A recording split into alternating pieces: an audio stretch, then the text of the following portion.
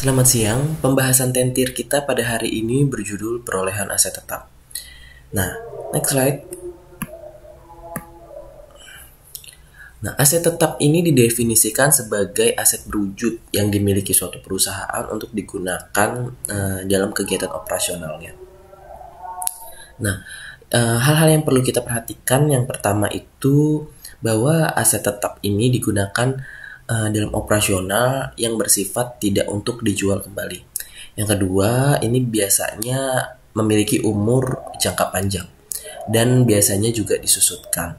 Yang ketiga, sama dia memiliki substansi fisik. Itu adalah ciri-ciri aset tetap. Selain dari itu, berarti mereka tidak digolongkan sebagai aset tetap. Nah, perolehan aset tetap ini berdasarkan biaya historis dari harga kas dan setara kas yang dikeluarkan untuk kita mendapatkan aset tersebut. Dalam penilaian aset tetap diperoleh ada dua metode, yaitu metode biaya cost method dan metode nilai wajar fair value method atau revaluation. Next slide. Nah, di sini kita akan membahas tiga jenis biaya. Kita akan membahas biaya perolehan dari tiga jenis aset tetap, yaitu ada tanah, bangunan, dan peralatan. Untuk memperjelasnya, di sini ada biaya perolehan tanah, di mana biaya perolehan tanah itu didasarkan oleh harga pembelian, terus biaya legal seperti hak atas tanah, biaya pengacara, dan biaya pencatatan. Terus ada biaya perataan, pengisian, pembangunan, dan pembersihan. Terus ada hak gadai, hipotek, dan kasus sitaan di properti. Yang terakhir itu ada peningkatan lahan tambahan yang memiliki masa manfaat tak terbatas. Hal tersebut diakumulasikan dan diakui sebagai biaya perolehan tanah. Yang selanjutnya ada biaya perolehan bangunan. Nah, biaya perolehan bangunan ini mencakup semua hal yang berkaitan dengan konstruksi. Jadi biaya-biaya yang dikeluarkan ketika konstruksi tersebut itu diakui sebagai biaya perolehan. Contohnya, ada bahan baku, tenaga kerja, overhead, dan lain-lain yang dilakukan selama konstruksi. Termaksud biaya jasa profesional dan izin pembangunan. Next slide, itu ada biaya perolehan peralatan. Jadi semua biaya yang dikeluarkan untuk kita memperoleh peralatan tersebut kita akumulasikan sebagai biaya perolehan peralatan. Nah, biaya-biaya tersebut itu terdiri dari harga pembelian, terus biaya pengiriman, asuransi atas peralatan, biaya fondasi khusus jika diperlukan, sama biaya perakitan, pemasangan, dan pengujian peralatan lainnya. Nah, setelah kita tadi sudah membahas aset-aset tetap yang kita dapatkan melalui tanah, bangunan, dan peralatan, di sini kita mau membahas aset tetap yang dibangun sendiri. Gimana sih cara menilai harga perolehan dari aset yang kita bangun sendiri?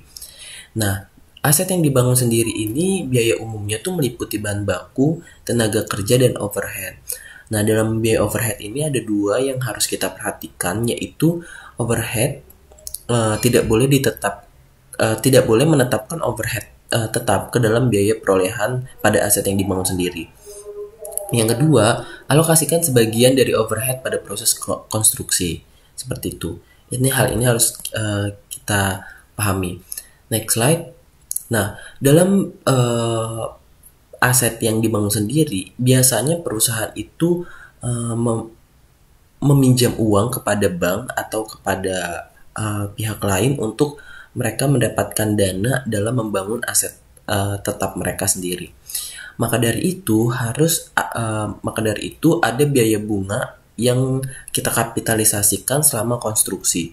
Nah, di sini kita membahas tiga pendekatan yang telah diusulkan, tetapi menurut IFRS itu ada kapitalisasi biaya aktual yang terjadi selama konstruksi dengan modifikasi.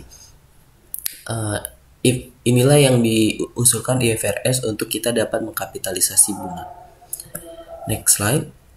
Nah, biaya bunga selama konstruksi. Nah, di sini IFRS itu mensyaratkan kapitalisasi bunga aktual itu harus dilakukan secara konsisten dengan biaya historis untuk menerapkan pendekatan perusahaan dengan mempertimbangkan ketiga hal seperti aset kualifikasian, periode kapitalisasi, dan jumlah yang dikapitalisasikan. Hal ini juga termasuk tahap-tahap ke dalam perhitungan bunga yang dikapitalisasi dalam memperoleh harga perolehan aset tetap yang dibangun sendiri. Nah, aset kualifikasian itu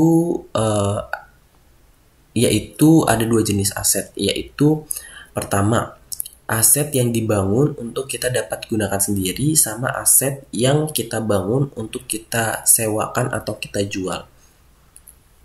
Nah, di sini aset tetap di sini itu membutuhkan waktu yang cukup lama sehingga aset siap digunakan. Jadi ada beberapa biaya yang harus kita tetapkan, biaya-biaya aktual yang harus kita tetapkan sebagai biaya aktual untuk dapat kita hitung biaya bunga kapitalisasinya. Nah, terus di sini kita akan belajar mengenai akan memahami juga mengenai periode kapitalisasinya. Nah, periode kapitalisasi di sini itu dimulai ketika pengeluaran untuk aset tetap itu dimulai. Nah, di mana setelah itu kegiatan yang diperlukan untuk menjadikan aset tetap sedang berlangsung. Yang ketiga, biaya bunga sedang dikenakan. Baru berakhir ketika aset secara substansial telah selesai dan siap digunakan. Itu adalah periode kapitalisasinya. Nah, sedangkan jumlah yang dikapitalisasikan itu ada biaya bunga aktual, di mana di sini kita mempertimbangkan kapitalisasi yang lebih rendah antara bunga yang dapat dihindari sama pengeluaran aset tetap yang dibangun sendiri tadi itu. Next slide, kita langsung ke contoh. Nah, di sini ilustrasi yang disajikan itu adalah mengenai PT Bima yang meminjamkan $200.000 dengan bunga 12% dari Bank Mandiri pada tanggal 1 Januari 2022. Ini pada awal periode untuk tujuan membuat peralatan yang digunakan dalam operasionalnya. Nah, pembuatan peralatan ini juga dimulai pada 1 Januari dan pengeluarannya itu sebagai berikut. Nah, pengeluaran aktualnya ini kita bisa lihat di slide. Dan di sini ada informasi tambahan mengenai utang umum lainnya pada 1 Januari itu ada 500.000 dengan bunga 14%, periode 10 tahun itu utang obligasi, dan 300.000 dengan bunga 10%, periode 5 tahun itu adalah wesel bayar. Nah, yang pertama kita harus menghitung pengeluaran aktualnya sebelum kita menghitung bunganya. Jadi pengeluaran aktualnya ini ada sebesar 650. Itu adalah akumulasi dari pengeluaran aktual yang di slide sebelumnya. Dan baru kita hitung periode kapitalisasinya. Ini berdasarkan tanggal ya. Tanggal ke akhir dari awal periode ke akhir periode. 1 Januari berarti periode kapitalisasinya 12/12. Nah, rata-rata yang tertimbangnya itu $100.000 dan seterusnya. Kalian bisa pahami melalui slide di samping ini. Lalu rata-rata tertimbang akumulasi pengeluarannya ini kita totalkan sebesar $250.000, maaf. Nah, dalam memiliki suku bunga yang sesuai, yang pertama kita harus gunakan suku bunga yang dikenakan atas pinjaman khusus. Nah, yang kedua, gunakan rata-rata tertimbang suku bunga atas semua utang lainnya yang tertunggak selama periode tersebut.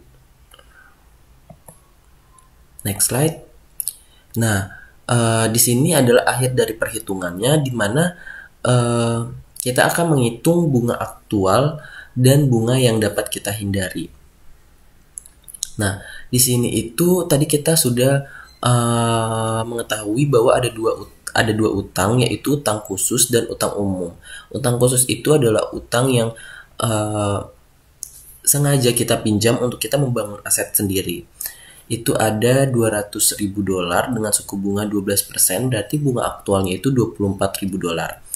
Nah, terus utang umumnya ada 500.000 dan 300.000 dolar dengan masing-masing bunga 14% dan 10%, di mana bunga aktualnya bisa kita lihat sendiri 70.000 dan 30.000. Nah, rata-rata tertimbang suku bunga pada utang umum itu adalah 100.000 dari total bunga aktual dibagi total utang 800.000, baru kita memperoleh suku bunga utang umumnya 12,5%. Seperti yang tadi saya sudah jelaskan di slide sebelumnya, bahwa memilih suku bunga yang sesuai itu ada dua, di mana suku bunga itu dikenakan atas pinjaman khusus, dan kedua, ketika kita menggunakan suku bunga utang umum, kita harus menggunakan rata-rata tertimbang yang tertunggak sama periode tersebut. Dan kita di sini menggunakan utang umum dengan memperhitungkan rata-rata tertimbang suku bunga pada utang umum tersebut, seperti itu. Jadi 12,5%. Nah, habis itu bunga yang dapat dihindari itu kita hitung, yang tadi kan kita sudah hitung ya, yang utang khususnya yaitu bunga yang dapat dihindari itu 24.000, dan utang khususnya itu kita ambil dari 50.000 dikali 12,5%, yaitu hasilnya adalah 6.250. Jadi total bunga yang dapat dihindari sebesar 30.250. Dan jurnalnya bisa kalian lihat di slide, yaitu peralatan itu diambil dari bunga yang dikapitalisasi, menambah, terus kita juga membebankan beban bunga sebesar 93.750. Dan habis itu kasnya 124.000. Jadi kas 124.000 ini diambil dari bunga aktualnya. Dan untuk beban bunganya tinggal hasil pengurangan dari 124.000 dikurang 30.250 kita akui sebagai beban bunga. Nah, seperti itu. Mungkin itu saja yang dapat saya sampaikan. Jika ada kesalahan mohon dimaafkan. Untuk pertanyaan dan sebagainya, ya cukup sekian dari saya. Kurang lebihnya mohon maaf. Selamat siang, selamat belajar, semangat.